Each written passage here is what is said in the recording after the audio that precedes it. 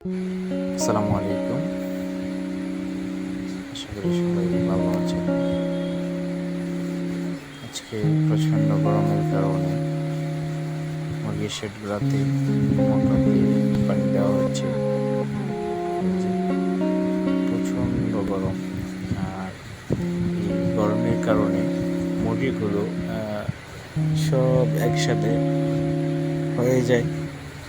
কিছুক্ষণ পর পর এগুলোকে তাড়া দিতে হয়, সরিয়ে দিতে হয়, তা না হলে স্টক করে মারা যায়।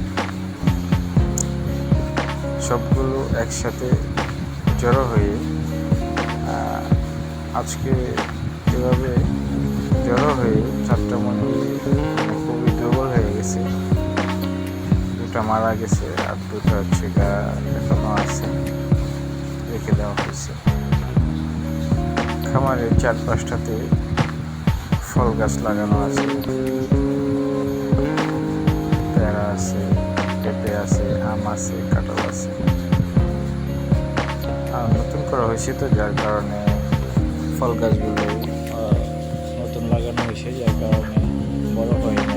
আর ছায়াগুলো শেডের উপর পড়ে না, আর শেডের উপর ছায়াগুলো না পড়ার কারণে তাপটাও প্রচণ্ড পরিমাণে থাকে, ভিতরটা গরম হয়ে যায়, ফুলগুলো প্রচণ্ড হাঁপাইতে থাকে।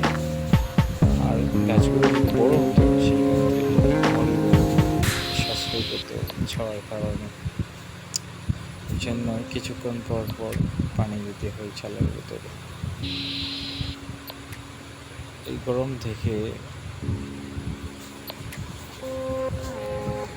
মুরগি স্টক করে, প্রচণ্ড গরমের কারণে মুরগি স্টক করে। আশেপাশে, খামারের আশপাশে একদম খোলামেলা, যদি বাতাস থাকে তাহলে কোনো সমস্যা হয় না তেমন একটা। আজকে বাতাস ছিল না, প্রচণ্ড রোদ ছিল, যার কারণে একটু বেশি মুরগিগুলো হাঁপাইতে ছিল। আর পানিও সেটা চালের উপর বেশি মারতে গেছে, কিছুক্ষণ পর চালে মারতে গেছে। আজকে মুরগির বয়স 27 দিন, কিন্তু গ্রোথটা তেমন একটা আসে নাই। জানি না এই সমস্যার কারণে। আশা করি চলে আসবে ইনশাআল্লাহ। হতে হবে একদিন বেশি সময় দিতে হবে আর কি। এই সবসময়